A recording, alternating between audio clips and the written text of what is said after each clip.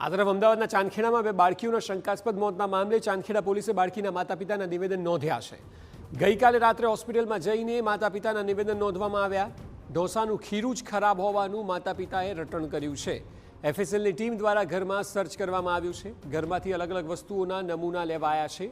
બાળકના કપડાં, બેડશીટ, રસોડામાંથી વાસણ અને અન્ય નમૂનાઓ લેવામાં આવ્યા છે.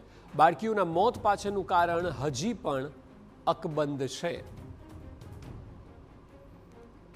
વિષય પર વધુ માહિતી આપી રહ્યા છે સંવાદદાતા હરીન માત્રાવાડિયા. હરીન, આખા કેસને લઈને અનેક સવાલ અને શંકા જાય તે સ્વાભાવિક છે, પરંતુ આપ જણાવો હવે પોલીસની પ્રોસિડિંગ કઈ દિશામાં જઈ રહી છે? બિલકુલ, જે રીતના 1 તારીખથી આ જે બનાવ છે તેનો ઘટનાક્રમ ચાલ્યો આવે છે ને 3 અને 4 તારીખે જે રીતે 2 બાળકીઓ છે તેના મોત થયા હતા. જોકે પ્રાથમિક દ્રષ્ટિએ ખીરું ઢોસો ખાધા બાદ આ મોત થયા હોવાનું સામે આવ્યું હતું, પરંતુ જેમ જેમ અનેક સવાલો આવતા ગયા, જેમ જેમ પોલીસની તપાસ વધતી ગઈ અને ડેરી માલિક છે તેમના નિવેદનો સામે આવ્યા, ત્યારબાદ આ મોત છે તે કદાચ શંકાસ્પદ હોઈ શકે તેવી પણ પોલીસને શંકા હતી ને તેને જ આધારે હવે અલગ અલગ જે મુદ્દાઓ છે તેને લઈને પોલીસ એફએસએલ જે તપાસ કરી રહી છે. ગઈકાલે પણ જે સૌથી નાની બાળકી હતી તેમનો મૃતદેહ છે બહાર કાઢી અને તેમને પીએમ અર્થે મોકલવામાં આવ્યો હતો.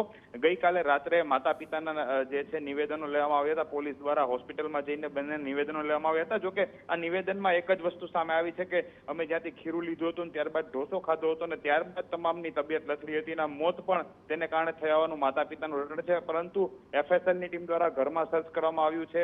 જે વાસણમાં જે ખીરું રાખવામાં આવ્યું હતું, ઢોસા બનાવવામાં આવ્યા હતા, અન્ય અલગ અલગ વાસણો લેવામાં આવ્યા છે. ઉપરાંત જે વોમિટિંગ થઈ હતી અથવા તો બાળકીના જે કપડાં છે, બેડશીટ છે, આ તમામ પ્રકારની વસ્તુઓ છે તેના નમૂના લેવામાં આવ્યા છે. વસ્તુઓ ત્યાંથી લીધી છે અને એફએસએલ દ્વારા હવે તમામ જે છે તેને લઈને આગળની કામગીરી પણ કરવામાં આવી છે. ઉપરાંત પોલીસ દ્વારા છે અલગ અલગ પૂછપરછો કરવામાં આવી રહી છે. ડેરી માલિકની પૂછપરછ, ડેરીમાંથી જે દિવસે આ વ્યક્તિએ ખીરું લીધું હતું ત્યારબાદ અન્ય કોણ લોકો ખીરું લઈ ગયા છે કે કેમ, આ તમામ વસ્તુઓ છે સીસીટીવીના આધારે અને અલગ અલગ લોકોના નિવેદનો છે તેના આધારે તપાસ પોલીસે પણ હવે શરૂ કરી છે.